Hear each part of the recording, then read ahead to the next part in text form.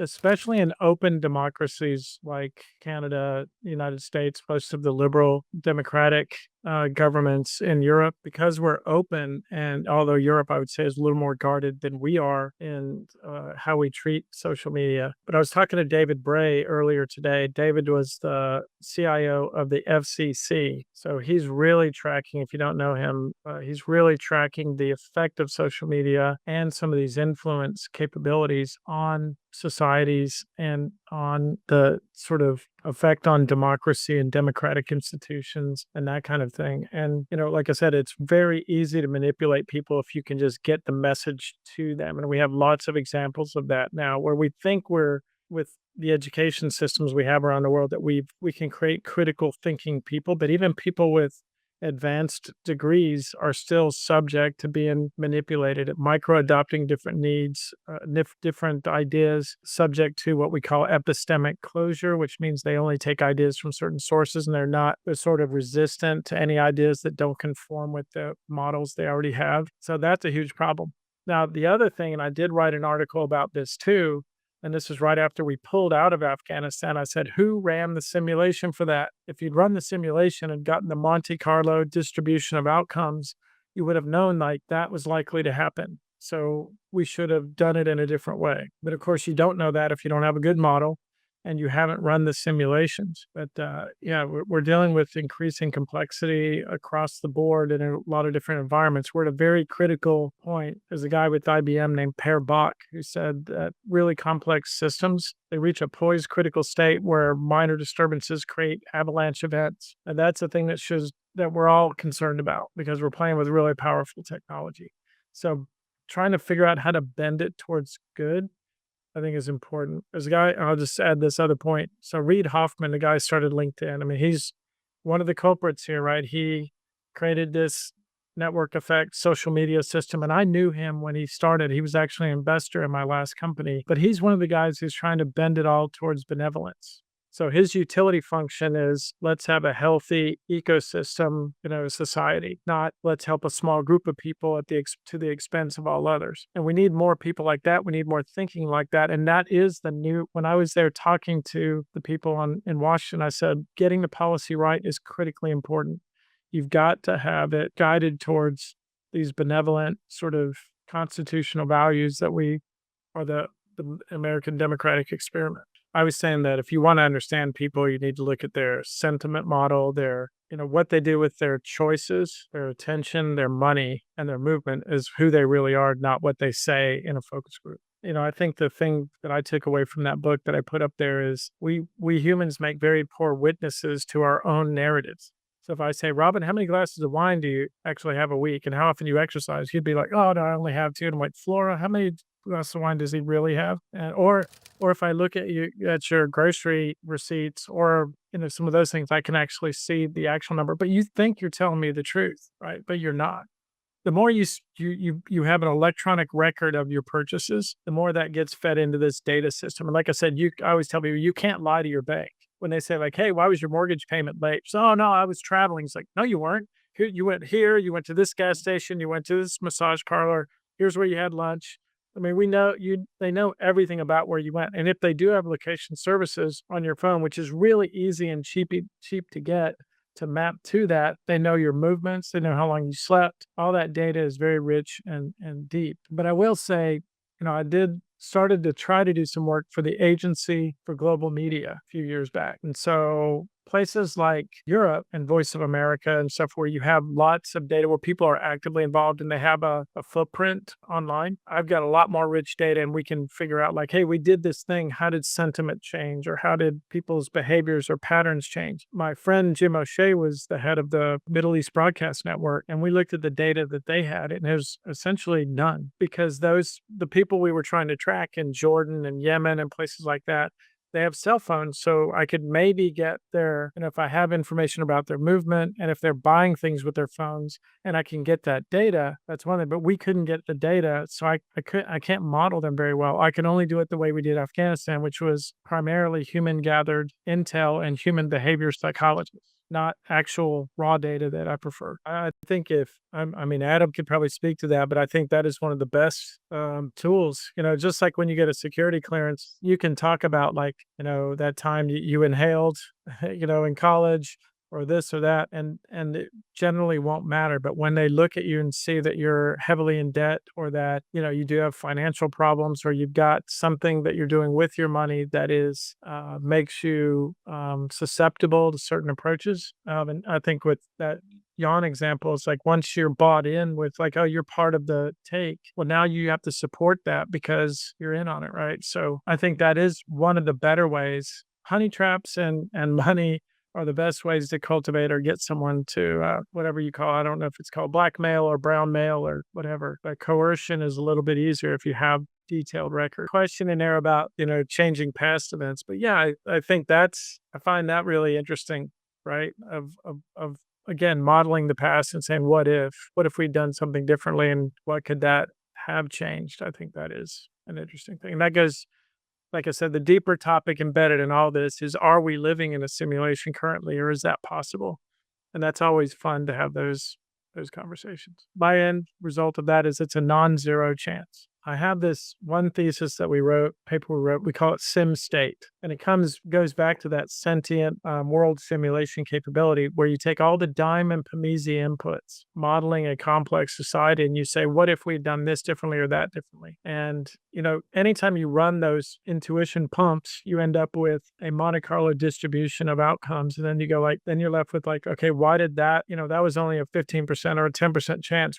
Why did that become what happened as opposed to this? And then try to look at the weights. And it's like trying to predict the weather or review the weather after it happens to understand the systems that produced it, so that you can map it towards the future and try to affect future state. So that's very fun to do. And my data scientists love to sit around talking about that. That is the essence of simulation, right? It's the constant validation and verification of your data inputs and looking at the functions on the data and how they perform against reality. But like I pointed out, I did work for Lloyd's Banking Group, and they had all these really pretty good models of their financial customers.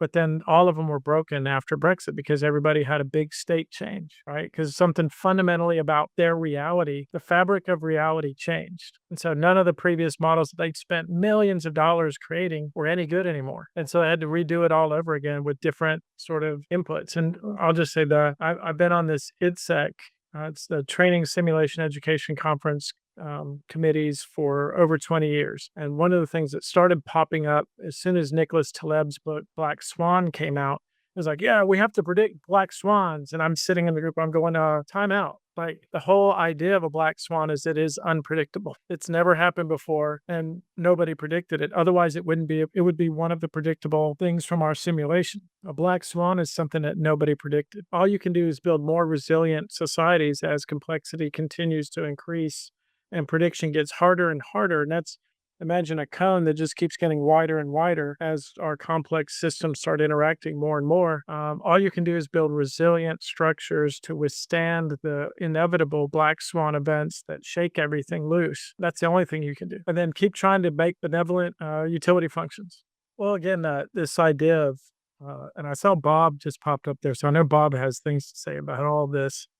But when I was at Lockheed, we were looking at the issue of recruiting, and training people like F-35 pilots and folks like that. And one of the things we learned that I think everybody understands, that if you want to shorten the path to mastery for creating a fighter pilot, a helicopter pilot, or even aircrew members that have different functions on aircraft, putting them in a simulated environment. And this goes back to the link trainer many, many, many years ago. But getting those reps in a safe practice environment where you can fail forward yields a shorter path to mastery. And, the canonical example is Sully, being able to land that aircraft on a river, even though he'd never done it before in real life, but he'd done it many, many times in the simulator. And when I got to Lockheed, I realized that are found out that our C-130 pilots, the first time they get in a real aircraft, they have passengers aboard. So they've done all of their training and I remember the guy telling me there that he said, if you have a choice between a pilot who's got, 1,000 hours of real flying time or someone who's got 500 hours in a simulator and only 200 hours in real life, you want the simulator pilot because he's done things like engine flame outs and all sorts of stuff that he can do it a lot more and a lot more cost effectively than the person who's in the real piece of equipment because it's just, you can't get as many reps. So how do we map that to other areas of endeavor? And what I've done is I built simulators for, like I mentioned flippantly, sort of, how to run a McDonald's restaurant or long haul trucking or surgery or, a whole bunch of different actions. And we've learned that that's the case. Now, does that apply? And we're still looking at the thesis statement or hypothesis of does that apply to the intelligence community? It's obviously a complex craft. So how do we recruit? But then also, how do we get reps for the things, the activities that you need in the intelligence community? And then the other bit is, which we also had to learn in aviation, by the way, which is, there was a time, with propeller aircraft when the human pilot was like, I am all powerful, I am all knowing, I must have full command of all the inputs and outputs on my aircraft, and this is my vessel, right? And you want them to have that confidence because you've given them this relatively expensive aircraft. When we made the transition to jet aircraft, all of a sudden the speed picked up. It's like me talking about going to the speed of light. Humans, this is something I'm very fond of saying, we have not had an upgrade by my reckoning since the Pleistocene. But machines are following Moore's law and Metcalfe's law and really accelerating very quickly. Humans are still dumb and slow. We still have 200 hertz synapses in our brains. We're still massively parallel, but we haven't had an upgrade in a really long time. So it's insufficient. So what we had to teach these aviators back when planes were going into ground like darts, because the pilot had to control everything, is say, look, you have to learn to outsource parts of the thing you use to control to these systems and have confidence in those systems. And we're going to engineer the hell out of it. So with safety interlocks and checklists and simulation and prognostic maintenance and all kinds of stuff so that we can engineer human error out of the system, which worked really well up until the last 4 weeks, apparently. I don't know what the hell's going on now, but it's been a long, we've made aviation really, really safe. So how does that map to the intelligence community? How do we teach that human machine fluency and balance of what to trust and outsource to because it's insufficient for you just can't sit there and monitor everything that's happening. Let little subsystems go and do that work for you, report to you when they need human intervention. How do we train that? So that's some of the problems I'm admiring. Think about like pumping the brakes on your car. There was a time when when I learned to drive, you had to pump the brakes. And then we learned to outsource to this automatic braking system. And now we have cars that drive themselves. We produce perfectly spelled, nobody knows how to spell, but we produce perfectly spelled documents, right? Like we're in a different age now. We're learning. You don't have to remember people's phone numbers anymore. You have these exocortical extensions of ourselves we're getting comfortable with. I think that's already happening. Like I said, my example of people that I'm working with producing documents, and then I start asking them questions and they can't even talk about the thing that they just said I did. They're like, I produced this. It's like, no, you didn't. You didn't. You outsourced it completely and you've lost that skill to actually think deep. Like Daniel Kahneman would say, think deep and slow, right? I am a little concerned we're going to lose that. But again, every time I bring that up among certain groups of people, they say, oh, everyone said the minute we have television and radio, it's going to corrupt the youth. And, or the first time a novel came out, it's going to corrupt everybody irretrievably and society will be ruined. But again, things are definitely moving at a different pace. I remember one moment being in the Pentagon where we were talking about the force of the future and they raised the questions like, okay, but what if we have all this AI stuff that you're talking about, Richard, and all these automated systems and, one human controlling a swarm of drones that are all super powered. But what if they get EMP'd and you lose all that capability? And David and I immediately said, like, abandon the field. Abandon the field. It's like, no, we can't. We need to teach them now how to fight with it. It's like, no. If you think your adversary still has those capabilities and you think you're going to go to battle, that's the charge of the light brigade. It's not going to end well. You want to get out of there quickly if you lose those capabilities. So, and that was a difficult conversation because it did not sit well with the people we were talking to. But I'm like, yeah, that's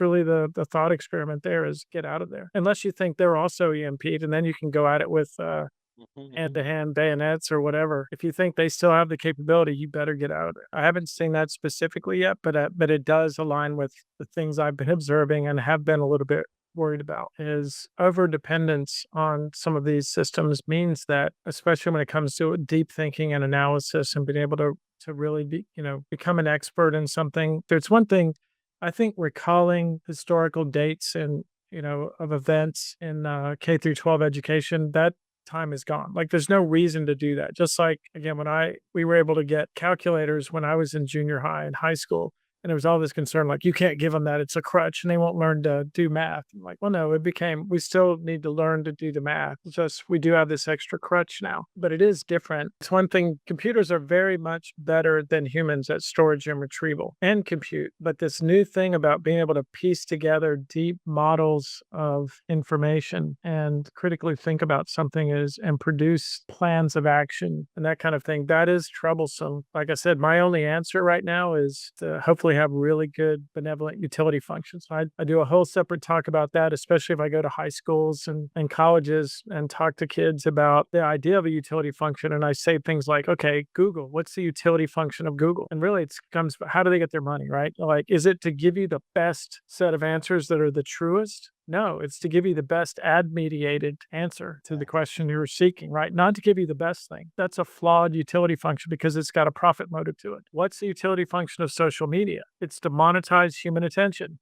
It isn't to build good networks of solid citizens, right? That is not its utility function. So that is, again, why we need government. And people like David Bray and I were talking about that is if you have government that has a utility function and an AI whose sole goal is healthy, happy citizens and good economic growth in communities and that kind of thing, that's the sim state simulation century exercise we want to do, not the pure profit motive. Hopefully, people understand today that there are only certain things. I know in Canada you understand this. There are certain elements of governance that should not be turned over to the profit motive. Prison systems, the execution of war, law enforcement, fighting fires, interstate commerce, the road system. We can also argue about healthcare and education should be publicly funded and not with a profit motive to it, but because it gives you a benevolent, peaceful society. So I wanted to tug on a thread that you mentioned earlier because I just realized you actually have one of the pictures you put up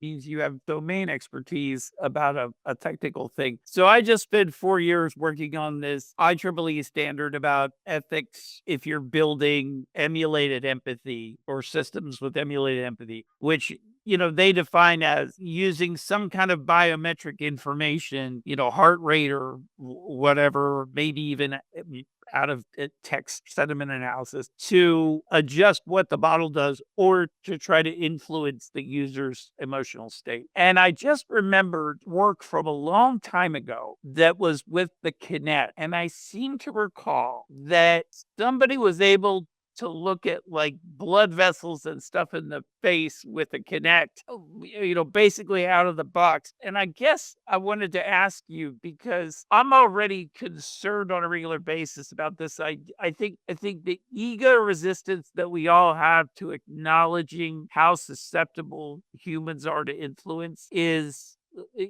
a risk, right? It leads us to resistance to even acknowledging the risk or the threat. What's the state of the art to the best of your knowledge? Because for me, it was 25 years ago when I was trying to figure out how you tell somebody's lying from across the room. Well, like what at this point now, you've got all these computers with IR cameras and all these other things. How easy is it now to actually do essentially remote telemetry of like somebody's physiology for purposes of informing your attempts to manipulate them? Does that question make sense? No, absolutely, and I can say that it's advanced in leaps and bounds. So I was part of a DARPA program back in 2011 called Cognitive Coupling, and it was about human machine interfaces, and it was really about building teams of people. And we started off with how do you detect state? And so we had transdermal patches and all this kind of stuff initially, but then we realized some of the facial recognition stuff about pupils dilating and stuff like that. You can really tell how that person feels about you and what you're saying. I can't really read you guys in this environment, but but pupil dilation and a bunch of stuff like that, respiration, all of those things are so I'll just jump ahead to say that today I'm aware of a program around opiate addiction where if I can look at your eyes, I know whether or not you used today or what level you're in. And it's gotten to the point where you can even predict like life expectancy for that person based on what you can see from them. So there's a guy named Wiley Wade who's someone I met. I mean, I can't remember if you guys met him when we were in DC, but he's got some really powerful, scary to me, technology for he can go into a bar. I'm trying not to give too much of his stuff away here, but he can just go into a bar and just sort of scan the people with his system, and you don't even realize what's happening. And he can immediately go like, "There's 4 people in here are behind on their, child support payments," and he can call. He's got this power now. He could just call the local sheriff, and then they show up right there to the bar and grab the guys. Right. I mean, because he can just see them, but also you can do the extra level of detection of state. So I think it could be really useful in lie detection, or if you had the right sort of tools with you as you're trying to, is it time now to move it up and offer that thing that you're trying to offer because they've reached a receptive state. And that the other thing I would say they got creepy is the wrong word, but about the DARPA thing is we were affecting state. I mean, we were trying to detect state, and then it got to the point where you could affect state. And that means like if you want to build a team of people really quickly, you pump them full of oxytocin so we can chemically induce behavior. If you want them to learn something really fast, then I forget what it was, serotonin or whatever. And obviously things like adrenaline and testosterone and things like that. And these guys were starting to wear these systems where it's okay, team, we're ready to go. And just can detect that team member 4 is a little anxious, pump them full of the right cocktail, and they're ready to go. And the way I applied that in my real life is I said, when my kids are going to school, they need good nutrition. But honestly, like that's what I meant. Like when you learn that someone can learn something in half the time it normally takes them if they have the right chemicals swimming around it. And normally that means like good nutrition, they slept well, they don't have a lot of anxiety, they're not in a stressful environment where mom and dad are fighting all the time. You get better outcomes of students. Should you pump your kid? I'm not saying pump your kid full of oxytocin or serotonin. I'm not saying. Here in North Carolina, we got money from the legislature and I built something with,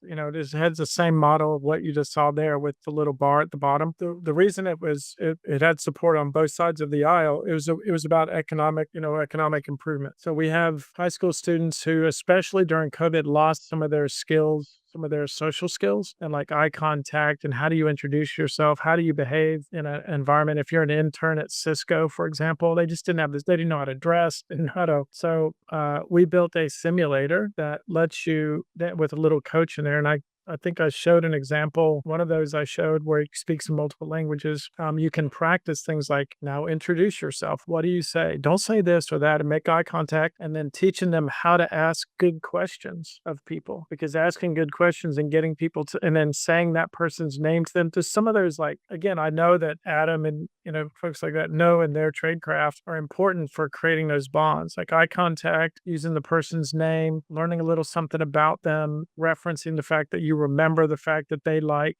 poodles and like to go on vacation in Portugal and like Macallan Scotch, like Robin always does with me. He knows just Macallan Scotch and I'm in. This is still water though, by the way. I want to say.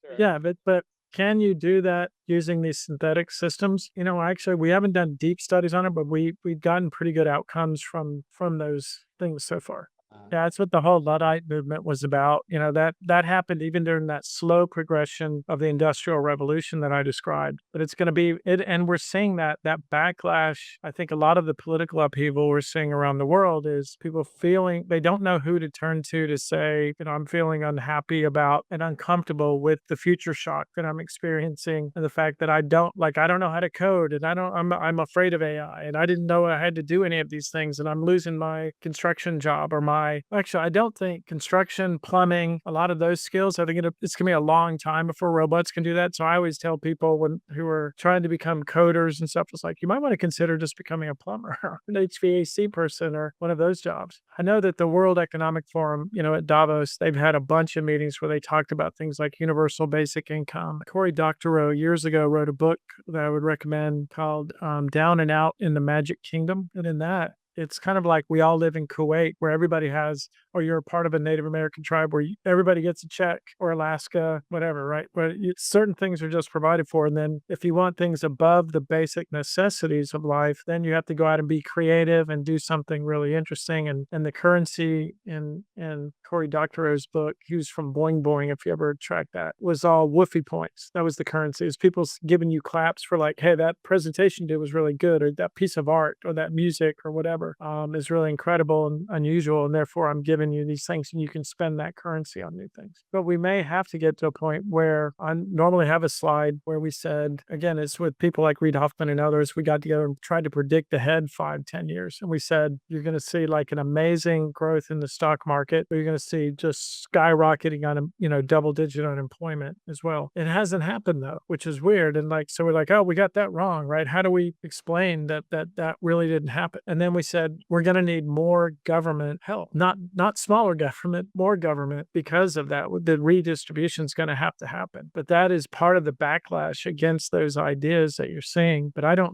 it's hard to see any other outcome other than we're going to need to take care of more people that way. And the idea of everybody's got to get out there and hustle and make it is not necessarily going to be the best model for healthy societies. When I was at Lockheed, we were worried as a national security issue about like the outsourcing of so much of our manufacturing to China and places like that. But then we had a couple of people come and talk, and I had them in the books in the end, who said, that's just a blip on the overall. Like, because what's happening is, even I can't remember the name of the company that was doing all the iPads and all that stuff in China. They were starting to replace Foxconn was starting to replace workers with robots, and now they have a robot army of millions of industrial robots, because robots don't need health insurance. They don't sleep. They don't, you can keep them working all the time. We need robot technicians. The last slide that I had there was of the factory of the future. And the joke there was one human. You had all this molecular manufacturing and 3D printing and all these systems around there. And it's an actual video I'll send you a link to. You can see. And then there was a dog in there. And the joke was that the human was there to feed the dog. The dog was there to bite the human if he ever touched any of the automation. If that's the future. So if that happens, that means that we can make iPhones and iPads in Modesto. We don't need to send it over to China. We can make them a lot more efficiently, right? So, and that's already happening. Overall, I am optimistic when I talk to people like Robin and like Bob. We talk, I think, almost every Friday, and just it feels good to talk about with really smart people who have these benevolent utility functions, and Adam, and Jan, who are trying to design for more ecosystem thinking, right? Not just like profit motive and how do I take, and the older I get, and as I've climbed up what I could of Maslow's hierarchy of needs, it's like, what kind of place do you want to build? And if you walk down the street where you live and people smile and say hi, if that causes me to, if that means I got to spend a little bit more in taxes and stuff, but I've got clean streets and low crime rate, and people are happy and healthy and feeling fulfilled, that's really the vision, the simulation I want to show to everybody about where you want to go. Not this idea like, rape and pillage and capitalism isn't bad, but it's not the only thing.